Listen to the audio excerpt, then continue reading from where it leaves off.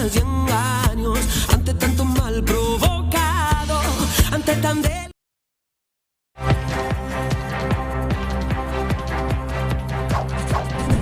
Muchas gracias. Escuchaba la enumeración y digo, ¿cuánto trabajamos este último año?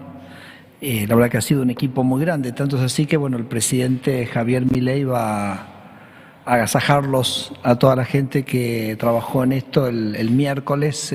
Vamos a tener una reunión acá en Casa de Gobierno, el presidente va a celebrar, vamos a hacer unas 200 personas, ¿no, Maxi, más o menos? Que hemos trabajado, estamos directamente involucrados. Obviamente es imposible agradecer a todos. Hay, yo diría, dos núcleos fundamentales de este trabajo, que uno es la Secretaría Legal y Técnica de María Ibarzábal, Paula Tadei, Ignacio de la Riva, que han hecho un trabajo absolutamente estupendo. El Ministerio de la Regulación, de alguna manera, fue un poco un coordinador. Maxi Fariña, nuestro secretario de Transformación, tuvo un rol absolutamente pivotal en esto, con todo el equipo del Ministerio. Y, por supuesto, los ministros, todos los ministros y sus equipos y sus legales y técnicas que nos realmente hemos podido hacer todas estas concreciones. 200 personas mañana festejando en la Casa Rosada, así como en su momento habían hecho el asado para los 87 héroes que vetaron un aumento a los jubilados. Y esto recuérdenlo cada mes cuando ustedes o sus padres reciban sus haberes. Ahora van a ser 200 los héroes que este gobierno va a celebrar mañana, el 9 de julio, por haber completado en un año esta tarea de la motosierra de Sturzenegger. Ayer lo explicaba, la respuesta a la pregunta ¿qué mierda festejan? La Nari, que es el Adorni de Adorni, y que ayer en su cuenta de Twitter ponía en claro cuáles eran los motivos de esta celebración. Ningún gobierno, decía, eliminó tantos actos de corrupción, ineficiencia y despilfarro kirchnerista. El plan motosierra no tuvo piedad con los curros de la vieja política. ¿Cuáles son los curros de la vieja política? Bueno, ayer lo anunciaba el propio Adorni ayer cuando dio esta conferencia de prensa en la que no quiso responder preguntas. Y se dejó sin efecto la facultad del Poder Ejecutivo Nacional para crear nuevos hospitales bajo la figura del SAMIC. Se transformó el Instituto Nacional del Cáncer en una unidad organizativa interna del propio Ministerio, integrando sus funciones a la estructura de la Secretaría de Gestión Sanitaria. Se reorganizaron funciones dentro de ANLIS Malbrán para optimizar capacidades y evitar duplicaciones en el abordaje de enfermedades transmisibles. Se disolvió el... Bueno, ahí escuchábamos 4 de las 101 medidas que celebra con mucha prolijidad y buen marketing Sturzenegger, que tiene que ver con quitarle al Estado capacidad de hacer política de salud en distintas versiones, en lo que tiene que ver con la administración de hospitales nacionales, el Instituto Nacional del Cáncer, una de las principales causas de muerte en la Argentina, de más está decirlo, lo que es Malbrán para enfermedades que se investigan, se estudian desde esas capacidades estatales y en colaboración con el sector privado.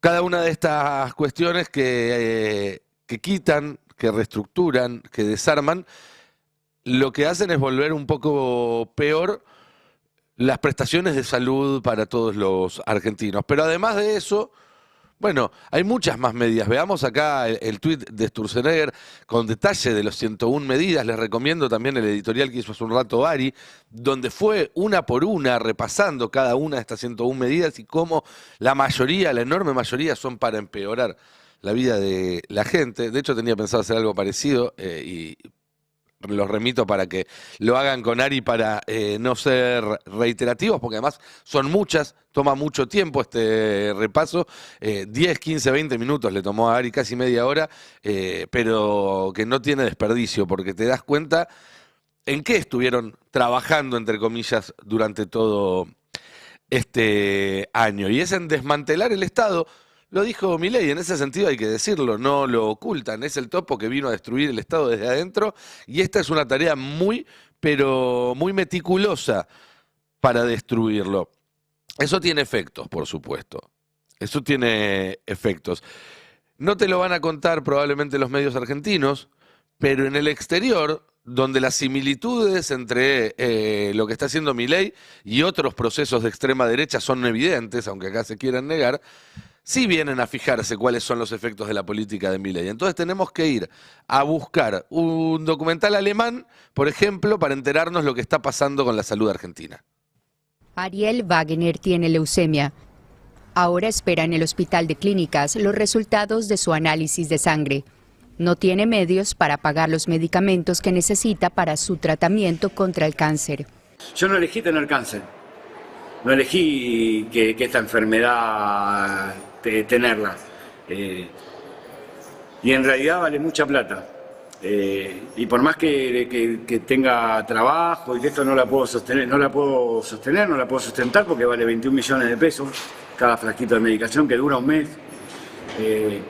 Y nada, lo que esperaba era que el Estado me pueda dar una mano y el Estado nos abandonó totalmente. Antes los pacientes recibían gratis esta medicación, pero el presidente Milei anuló este financiamiento, así como otras prestaciones del sistema sanitario. Los programas de detección precoz del cáncer de mama y de cuello uterino también se suspendieron. Tenemos el registro de más de 60 personas fallecidas por no haber llegado a poder contar con sus medicamentos oncológicos, tratamientos que se estaban llevando adelante. Los medicamentos oncológicos en algunos casos son impagables, digamos, ¿no? O sea, son realmente muy caros y además de un montón de personas que fallecieron, hay más de 1.500 expedientes esperando ser tratados para que esas personas obtengan su medicación. Los medicamentos para el cáncer y otras dolencias graves ya no los encarga el Instituto Nacional del Cáncer, ahora los hospitales son responsables. Pero el Instituto Nacional del Cáncer deja de comprar los medicamentos, directamente no los entrega más y eso tuvo que la provincia salir a solventar ese gasto y aumentar el vademecum para poder darle continuidad a los tratamientos de los pacientes oncológicos. Por eso muchos pacientes se encuentran desesperados porque no pueden conseguir ningún medicamento. El estado de Ariel Wagner logró estabilizarse temporalmente después de que recibiera a través de Facebook medicamentos que habían sobrado.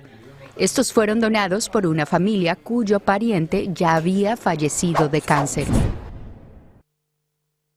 Están matando gente. Y tenés que poner la televisión alemana para enterarte, porque acá no te enterás.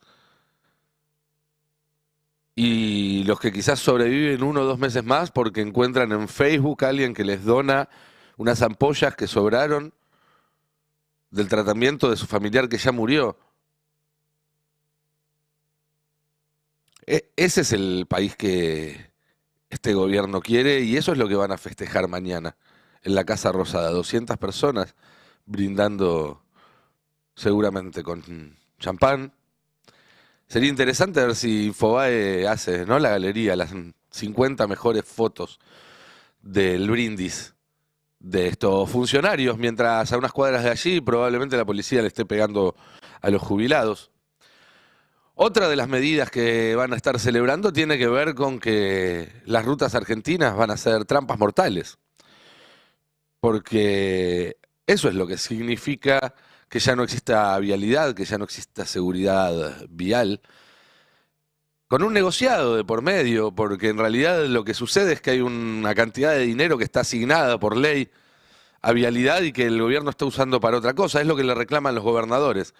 Y si vialidad ya no existe más, entonces quedan liberados de esa obligación legal de utilizar el dinero para tapar las rutas y lo pueden usar para otra cosa, como por ejemplo pagarle a los acreedores, que es el principal objetivo de este gobierno, evidentemente. Escuchemos al secretario general de los trabajadores de Vialidad, Fabián Catanzaro, que explicaba el problema que tiene lo que está haciendo el gobierno con las rutas argentinas. ¿Hay algún riesgo concreto, palpable, algo que ustedes estén viendo como un proceso en crecimiento en estos últimos tiempos y que el cierre de vialidad pueda de alguna manera acrecentar, sobre el cual le parezca oportuno alertar a la sociedad? Y claramente, hoy el cierre de vialidad implica profundizar esta falta de atención que hemos tenido en 2 años. Con un 65-70% de las rutas en mal estado, este cuadro se va a agravar Vos imaginate que hoy nosotros hacemos el despeje de nieve, o sea, se habilita la conectividad en toda la Patagonia por vialidad que hace el despeje de nieve, lo mismo que la zona cordillerana. Tendremos después, cuando venga la primavera, el verano, los aludes en el norte, digo, las emergencias. En todo estamos nosotros y en todo eso se va a ver resentido. Y hoy, si las rutas están en mal estado, obviamente que creemos que está claro que no es por culpa de los trabajadores, pero que la sociedad tiene que entender de que frente al reclamo de gobernadores y de la comunidad en general, la respuesta del gobierno nacional ha sido disolver el organismo que tenía que dar respuesta a estas demandas. Bien, vidas en juego. Eso es lo que estamos viendo, eso es lo que celebra este gobierno. Y acá me gustaría ser claro con una cuestión. Esto no es un tema de ricos contra pobres. Porque los ricos usan las mismas rutas que los pobres, por ahora, para ellos o para mover la mercadería, mover a sus trabajadores, seguir haciendo plata. Y esto los va a perjudicar. Los hijos de los ricos también se tratan en el Garrahan cuando tienen una enfermedad rara que no está cubierta porque no pueden, porque no tienen la capacidad técnica por el sistema privado. De la misma manera que cuando los diagnostican con un cáncer, por ejemplo, ellos no se tienen que hacer cargo de medicamentos que por más que sean ricos no podés bancar. $20.000, $50.000, $100.000 por mes, que es el costo de algunos tratamientos. Eso tampoco lo cubren las prepagas, ¿eh? Tienen seguros que se apoyan en el Estado. Es el Estado el que se encarga de negociar esos medicamentos tan extraños y tan costosos muchas veces, porque justamente son tan escasos los casos de uso que todo el país tiene que ir a negociar una sola vez con el laboratorio. Cuando quieren tener un título importante para después ir a ser posgrados en el extranjero y demás, los ricos van a la universidad pública en la Argentina. Para ir a hacer un posgrado afuera todavía vale mucho más un título de la UBA que de cualquier privada. Y ni hablar de los dueños de campo que necesitan al INTA, de los dueños de fábrica que necesitan al INTI. Esto es una ofensiva de muy pocos, que por supuesto son ricos, son más que ricos, son súper ricos, mega ricos, pónganle el nombre que quieran. Son los dueños del país, siempre lo fueron, pero ahora quieren ir por los márgenes que todavía le quedaban al resto, de forma desembosada. Y este gobierno representa exclusivamente esos intereses. Exclusivamente esos intereses. Por eso es que vamos a ver cada vez más seguido algunas escenas como las que se vieron hoy a la mañana, donde en Panamericana los trabajadores de Georgalos cortaron la ruta. También lo hicieron los trabajadores en otra ruta, en la autopista Buenos Aires-La Plata, de Seco. Tenemos ahí algunas imágenes de la represión de esta mañana. Si no las vamos a ver en un rato,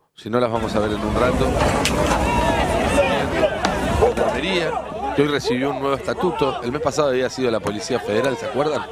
Estatutos que refuerzan el perfil de estas fuerzas de seguridad como fuerzas represivas, como fuerzas dedicadas al control de la protesta social.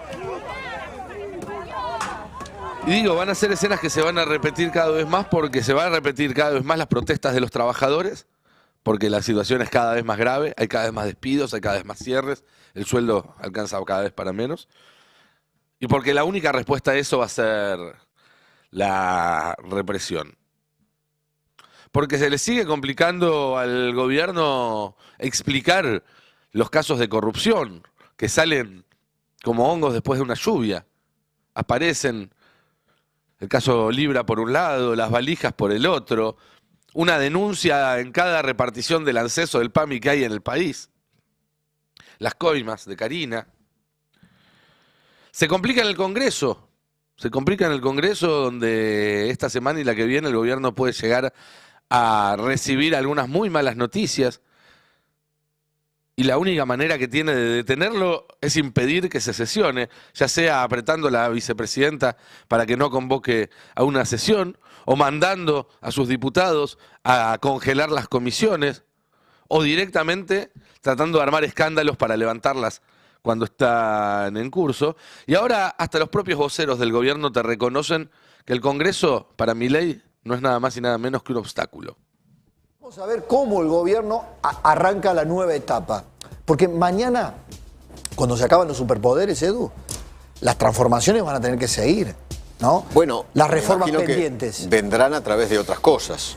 Exacto. O leyes o decretos, qué sé yo, no sé. Exacto. No sé. La verdad no tengo ni idea cómo seguirá, ¿no? Fundamentalmente leyes.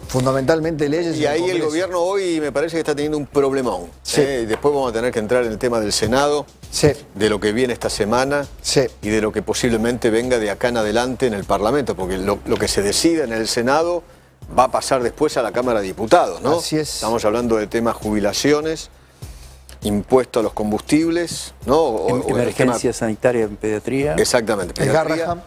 Y tenés combustibles y ATN. Exacto. No está bien los informado ATN, Feynman, sí, porque los famosos jubilaciones ya tiene media sanción.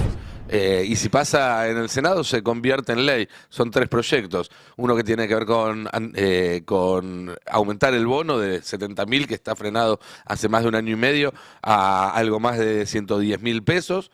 Otro que tiene que ver con el 7% que le robaron a los jubilados en enero del 24 cuando acoplaron los 2 sistemas.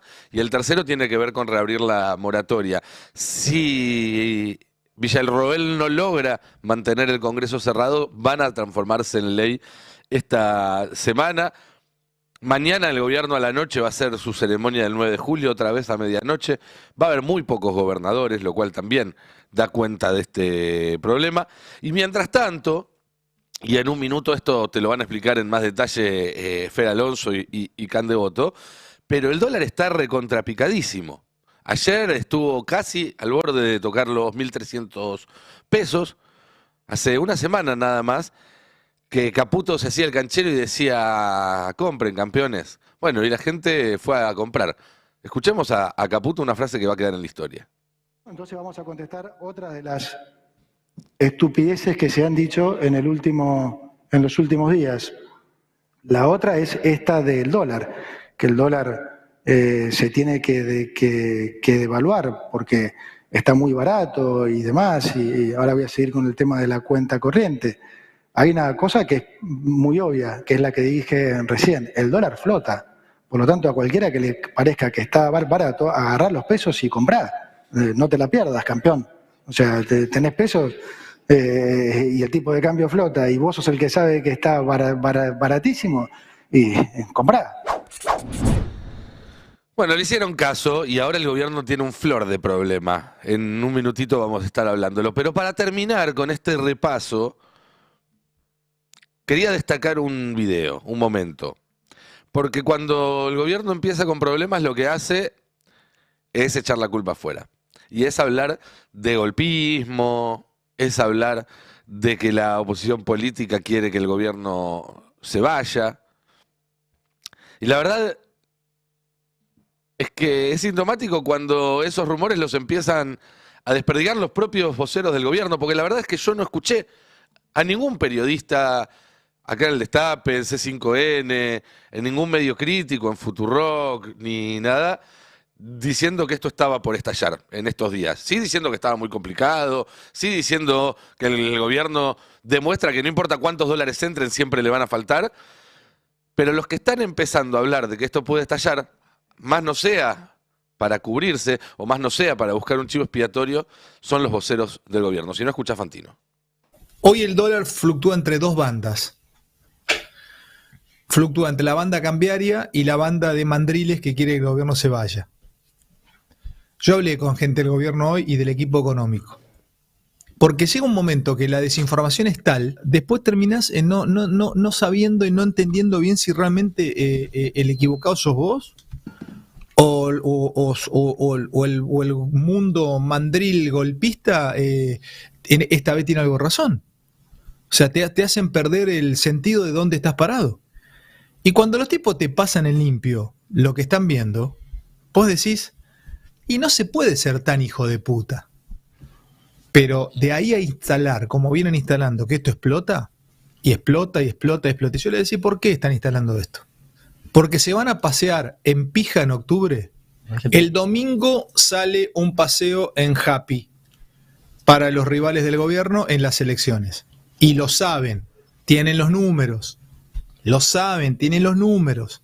Tienen la data, saben lo que está pasando en las mediciones en las provincias, tienen las data de lo que está pasando incluso en la provincia de Buenos Aires. Bueno, están abriendo el paraguas. ¿Y por qué? Bueno, entre otras cosas, porque no están pudiendo ellos cerrar su propio frente electoral. Y en un minuto también tenemos novedades de eso con Adrián Murano, lo que parecía como un paquete abrochadísimo para que toda la derecha, por decirlo de alguna forma, vaya encolumnada detrás de La Libertad Avanza con la boleta violeta y demás, está teniendo algunas fricciones. Y por otro lado, el peronismo, donde todo parecía que volaba por los aires hace algunas semanas, y donde sigue habiendo obviamente discusiones y fricciones, sin embargo está teniendo en los últimos días, en las últimas horas, novedades que indican que aparentemente va a poder lograr un acuerdo de unidad, o como le dicen ahora, de listas que confluyan o de listas que vayan juntas. Ayer hubo una reunión muy importante entre las cabezas de estos tres sectores, de los tres sectores que tienen que terminar de acordar esto. Después hay otros sectores que van a plegarse, que van a acoplarse. Se reunieron Axel Kicillof, Máximo Kirchner y Sergio Massa, y tenemos información de lo que sucedió anoche. Bienvenidos, compañeros, todos. Bienvenidos.